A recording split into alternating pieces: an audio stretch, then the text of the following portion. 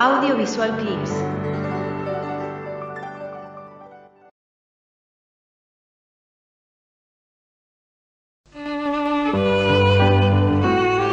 Vamos a hablar de Jacobo II de Inglaterra, así que ubiquémonos rápidamente allí, a mediados del siglo XVII.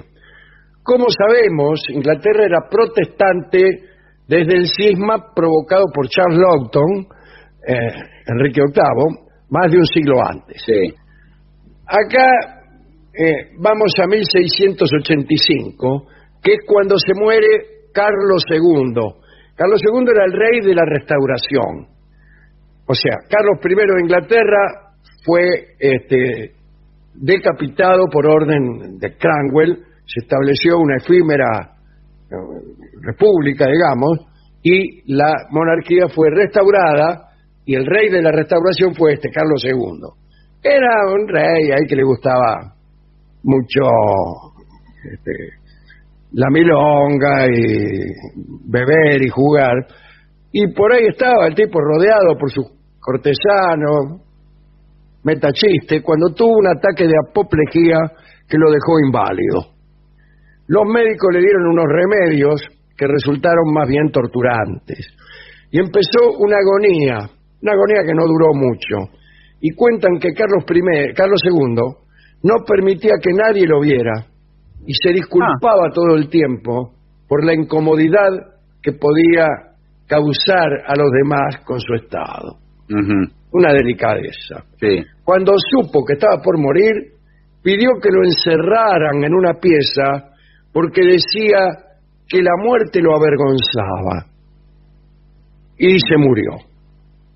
Y no dejó herederos legítimos. Y ese era un problema, ¿no?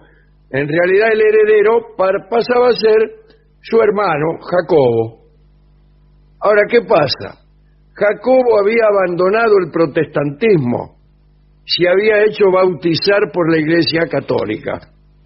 Tan ferviente católico era Jacobo que cuando Carlos estaba por morir, hizo entrar disfrazado a un sacerdote romano a la pieza donde estaba Carlos para que le diera los últimos sacramentos.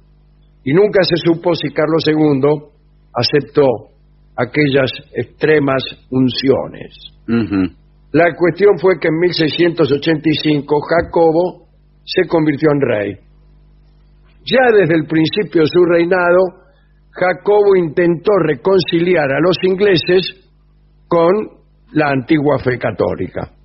Y se armó la podrida. Dicen los cronistas que Jacobo era un hombre obstinado, austero y bastante despótico. Realmente esto no lo hizo simpático ni atrayente, y además en Holanda había una fuerza protestante considerable y allí vivían muchos ingleses que se iban de Inglaterra a partir de la asunción de Jacobo.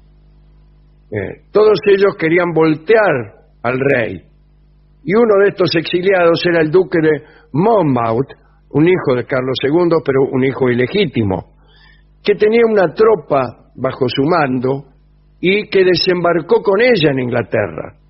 Bueno, esa tropa fue destrozada y el duque de Monmouth fue tomado prisionero y ejecutado. La mayoría de los complotados también fueron ajusticiados y algunos incluso fueron vendidos como esclavos a los mercaderes de las Islas Barbados.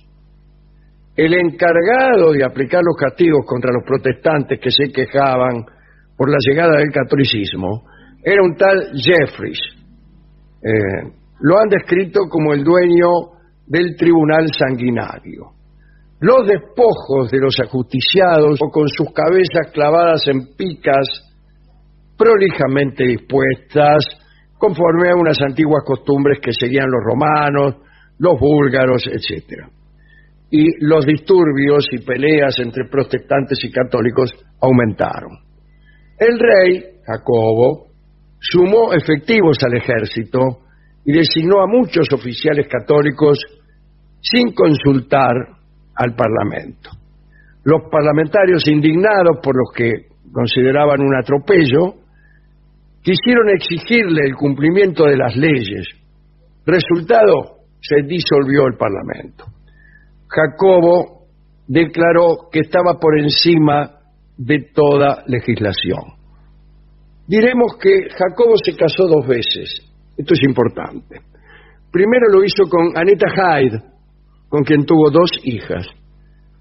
Pero estas hijas nacieron cuando el rey era todavía Carlos II, el hermano, ¿cierto?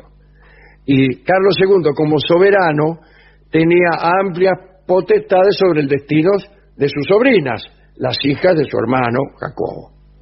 Así que Carlos casó a su sobrina María, la hija mayor de Jacobo, con Guillermo de Orange, quien era uno de los líderes protestantes de Europa. Chao. Digamos que Jacobo no quedó muy contento con el casorio de su hija, que después de todo iba a ser su sucesora. Sí. Para decirlo más claro, si Jacobo imponía el catolicismo durante su reinado, a su muerte volvería a imponerse el protestantismo con la llegada al trono de su hija María, con su esposo protestante, Guillermito de Orange. Y preocupado por esa posibilidad, Jacobo hizo lo siguiente: volvió a casarse para conseguir un heredero varón sobre el que pudiera disponer libremente. Se casó nomás con la hija del duque de Módena, que era por supuesto católica. Y para desesperación de los protestantes, en 1667 nació un heredero al que también se llamó Jacobo. Los opositores indignados dijeron que en realidad la reina había fingido un embarazo, que funcionarios del Papa habían introducido un niño en el palacio para fingirlo heredero real, y esto era mentira, pero esa duda permaneció por muchos años. La cuestión fue que la llegada del recién nacido decidió a los protestantes a no esperar la muerte de Jacobo, sino a actuar inmediatamente. Varios obispos anglicanos, es decir, protestantes, se conjuraron y le pidieron a Guillermo de Orange, que estaba en Holanda, que invadiera Inglaterra y depusiera de prepo a su suegro Jacobo II. Guillermo desembarcó el 5 de noviembre de 1688, marchó sobre la capital. Al principio Jacobo no creyó que su situación peligrara, pero sus cortesanos, amiguetes y soldados lo abandonaron. Trató de mantener el poder, pero al final debió escapar a Francia. Se refugió con su mujer y con su hijo, recién nacido, en la corte de Luis XIV, que como buen católico le dio un palacio ahí para que apoyara. Jacobo II, antes de huir, había arrojado el gran sello real, el anillo, o lo que fuere, no sé si era un anillo, creo que sí, en el Támesis. Este acto fue considerado como el equivalente a una abdicación. Dijeron los protestantes: pelito para la vieja, tiraste el sello al río, chau. Guillermo de Orange y María, la hija de Jacobo, protestantes los dos, fueron declarados soberanos de Inglaterra. Al año siguiente, desde el exilio, Jacobo quiso volver y recuperar el poder. Desembarcó al frente de un ejército apoyado por unos cientos de irlandeses, franceses. Sitiaron Londonderry y el asedio duró 3 meses. Pero los sitiados no se rindieron, terminaron por derrotar a los invasores. Jacobo se volvió a Francia y allí murió en 1701. Y su hijo, conocido en la historia como el viejo pretendiente, fue reconocido como Jacobo III, pero solo heredó la aspiración de llegar a ser el rey de Inglaterra, cosa que legítimamente le correspondía. Sí. Pero no heredó el trono, heredó la aspiración. No está mal, de todos modos, heredar aspiraciones. ¿Quién no hereda aspiraciones? Yo heredé algunos deseos, ansias, ilusiones, y nada más, ninguna otra cosa. Las intenciones de Jacobo II por reinstalar el catolicismo le granjearon el respeto de Roma. La prueba de eso es que algunos de sus descendientes están enterrados en la Basílica de San Pedro. Bueno, escúchame. Una vez que me morí, entiérrenme donde quieran. Bueno. La verdad es que Inglaterra sigue siendo anglicana. Fue un fracaso más de los muchos que tuvo el catolicismo en Inglaterra. Siempre que intentaron algo le fue mal. ¿A quién dedicar esto? Al rey anterior, a Carlos II, que viendo que iba a morir y tratando de no molestar, se encerró en una pieza y chao. Y también a Jacobo III, al hijo de Jacobo II, el que heredó aspiraciones.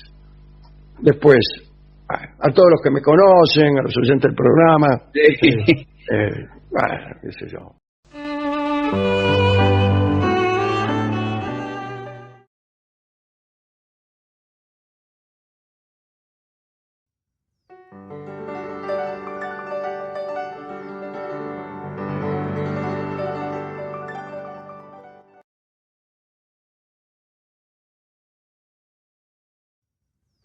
Gracias por ver y escuchar este video, y no olvides suscribirte para recibir las notificaciones de nuevos videos todas las semanas.